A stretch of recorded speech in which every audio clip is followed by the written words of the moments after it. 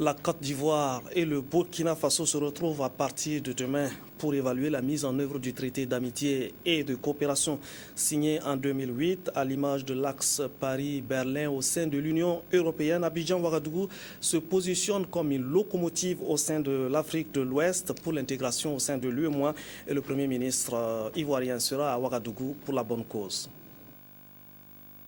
Le traité d'amitié et de coopération ivoiro-burkinabé. Un exemple d'intégration sous-régionale en Afrique de l'Ouest. L'axe Abidjan-Ouagadougou, à l'image de l'axe Paris-Berlin pour l'Union européenne, est un modèle identificatoire pour l'espace UEMOA. De grands chantiers en cours dont certains ont beaucoup avancé.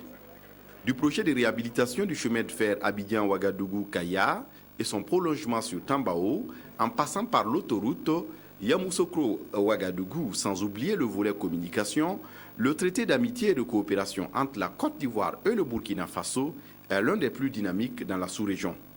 Sur le projet de l'autoroute Yamoussoukro-Ouagadougou, on note l'avancement des études et l'implication de l'UEMOA et de la Banque africaine de développement. Le projet devrait être achevé en 2020. On peut constater également une récente évolution avec la visite du président du Faso au Qatar. L'Émirat décide de financer le projet pour un coût de 1200 milliards de francs CFA. S'agissant du projet de réhabilitation du chemin de fer Abidjan-Ouagadougou-Kaya et son prolongement jusqu'à Tambao, on note également une avancée avec le projet Tambao qui se remet sur de bons rails avec la cession des droits d'exploitation à la société Pan-Africa par le gouvernement burkinabé.